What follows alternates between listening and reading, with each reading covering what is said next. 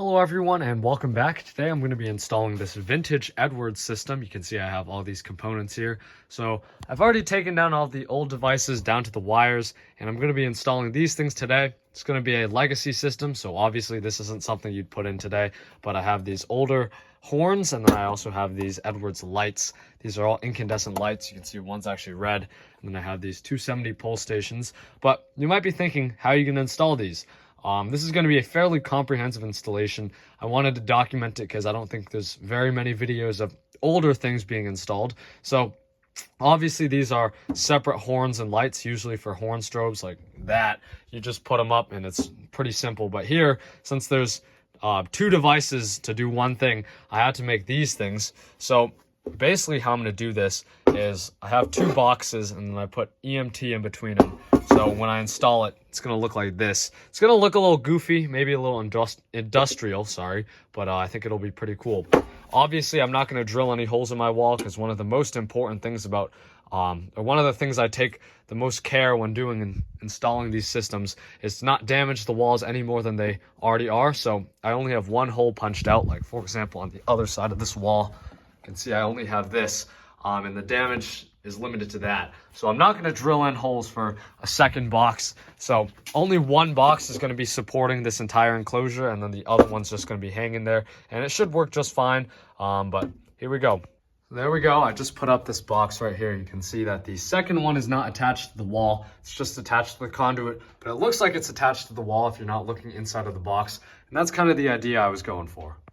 Gone ahead and spliced to the red side, which is the strobe circuit, or in this case, the light circuit, up to this box. So I'll connect the light here, and then here I'll just connect the horn. So because these devices are really poorly designed, honestly, I mean, look at this. This thing only mounts on a double gang box, which is just really stupid because you can see there's literally nothing but a bulb socket in this diode, which they put the diode over here when they really could have just put it in the center and then put some sort of mounting option for a single gang box and made it easier for everyone. But no, let's just put it here and make it so it only mounts on a double gang box. So I don't have a flat double gang mud ring, which is obnoxious.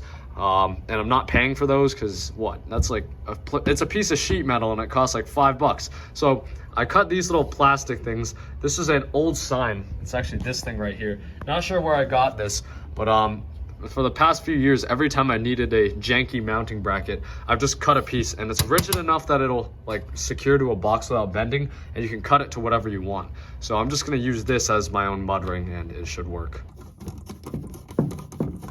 There we go. Once this is screwed tight, you can see it actually looks pretty nice. You can't really tell that it was installed with a janky bracket, and it looks like it's secured to the wall, but this entire thing is technically floating. There we go. That is our first lamp installed, and then now we got to do the horn under it, but so far it's looking pretty good. Go ahead and wire our horn just like that, and then we can push this onto the box as well. There we go. That's our first set of horn and light installed. See, it does look pretty interesting up there. Definitely weird to see these legacy systems and how bulky they are, but yeah. Underneath the thing we just installed, I'm installing this 270 SPO. It's an older, very classic pole station. Matches the theme very well, so it's even on the 270 SPO back box. There we go. This honestly looks really nice and classic. I mean, check that out.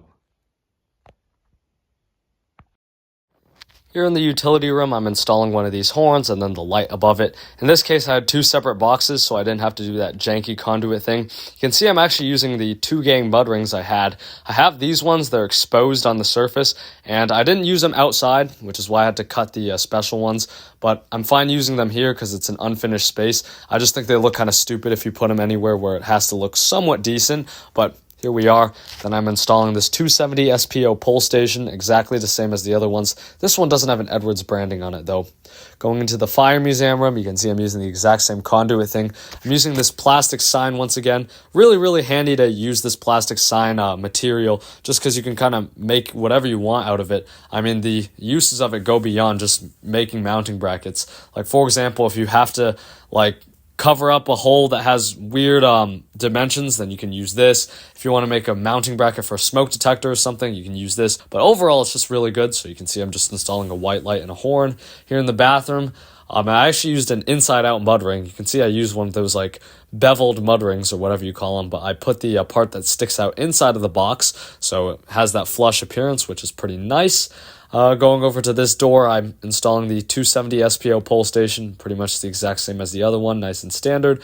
And then finally up here, I'm installing the exact same combination as the red light, except you can see the light is white. In the garage, I'm installing this weird horn. This is actually one of those 892 horns, except obviously there's no strobe. But when I tested it later, I found out that this horn doesn't even work. So I don't know what I'm going to put up yet because I don't have any other Edwards horns that are like it.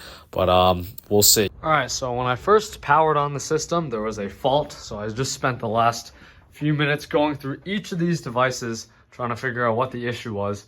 And turns out it has nothing to do with the wiring, because usually when there's a fault and it's not a resistor, that just means there's a short somewhere. But it's in this device right here. And if you look, the polarization diode, whatever they've riveted here, you can see it touches the other side. So basically this diode is kind of bypassed half the time. And what basically happens is this just becomes an unpolarized light bulb. And that was the source of the fault. Obviously these modern panels are not a fan of. I guess the move is to like swivel it a little bit so it's out of the way and maybe put some electrical tape there, but that's just not ideal. There's only one thing left to do.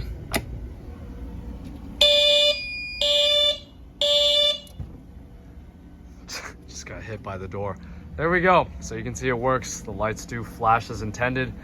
That did take a while. This was one of the most obnoxious installations I've ever done. Obviously installing obsolete equipment for the demonstrations can be tedious, but this was on a different level because, I mean, these things were really inherently poorly designed. I mean, I won't pin it on the manufacturer because they're pretty old, obviously, but the fact that they're old, they don't really mount on anything that's modern, and they're just really, really big in the back, really made it a difficult installation. But other than that, thank you for watching. Please do like, comment, and subscribe, and I'll see you in the next one. Farewell.